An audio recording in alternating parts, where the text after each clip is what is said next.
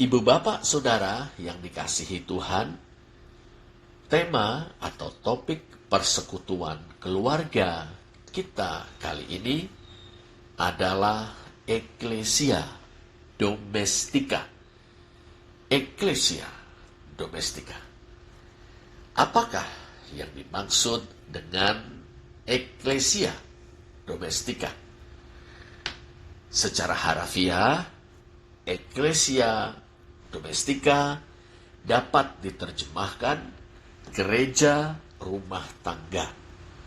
Ecclesia berarti gereja, domestika rumah tangga.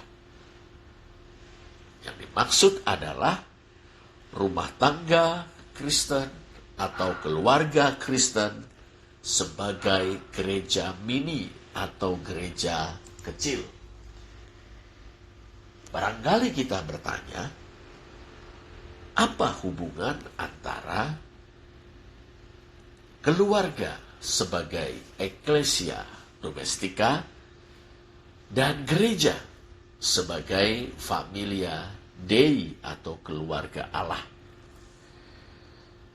Kita tahu bahwa keduanya berbeda.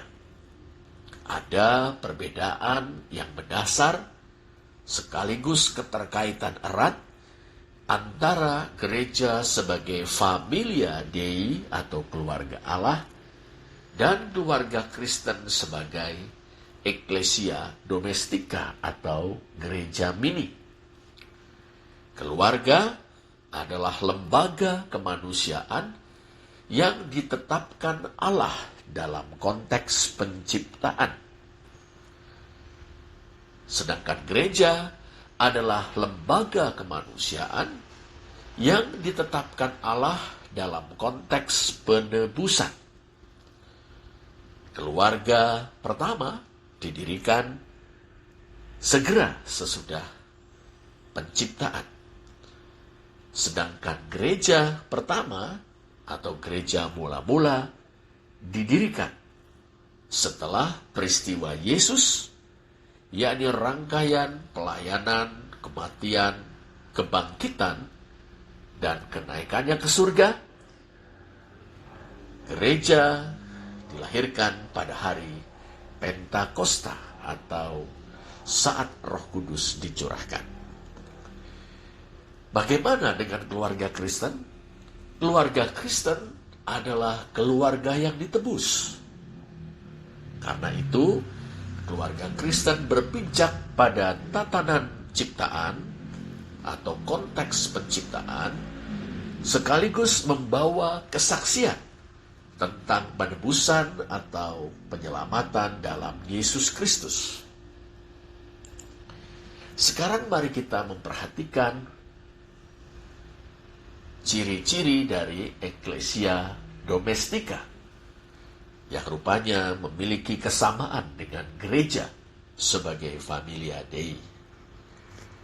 Pertama, saudara, baik keluarga Kristen maupun gereja terdiri dari anak-anak Allah sekaligus murid-murid Tuhan Yesus Kristus.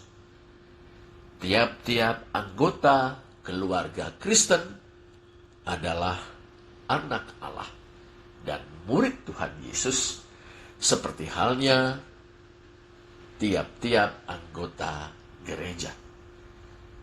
Dengan demikian, seorang dengan yang lain pada dasarnya adalah bersaudara. Ya, saudara-saudara dalam Tuhan Yesus Kristus. Yang kedua, Roh Kudus hadir baik di dalam gereja maupun di dalam keluarga Kristen. Roh Kudus hadir untuk menyertai gereja, menyertai keluarga Kristen, bersekutu dengan jemaat, bersekutu dengan jemaat kecil di dalam keluarga. Roh Kudus menguduskan, memberkati, dan memberdayakan baik gereja maupun keluarga Kristen. Yang ketiga, saudara, baik keluarga Kristen maupun gereja memiliki nilai-nilai yang sama untuk dihayati dan diamalkan. Baik gereja maupun keluarga Kristen adalah sebuah komunitas orang merdeka. Di sana, tiap-tiap orang adalah anak Allah, setara dalam kedudukan di hadapan Allah, duduk sama rendah, berdiri sama tinggi, dan bersaudara. Baik gereja maupun keluarga Kristen belajar untuk saling mengasihi, saling menerima, saling mengampuni, saling menyembuhkan, saling menguatkan, saling meneguhkan, saling menghiburkan, saling melayani, dan saling membangun. Adapun prinsip saling melayani dan membangun adalah dari tiap-tiap orang atau dari tiap-tiap anggotanya menurut kemampuan atau karunia-karunianya bagi tiap-tiap orang sesuai dengan kebutuhannya. Tiap-tiap orang memberikan kontribusi, memberikan pelayanan sesuai dengan kemampuan atau karunia-karunianya. Dan tiap-tiap orang mendapat atau menerima sesuai dengan kebutuhannya. Yang keempat, saudara, baik keluarga Kristen maupun gereja sama-sama mengemban amanat agung dan mandat budaya. Amanat agung, Matius 28 ayat 18 sampai dengan 20, berintikan pemuritan.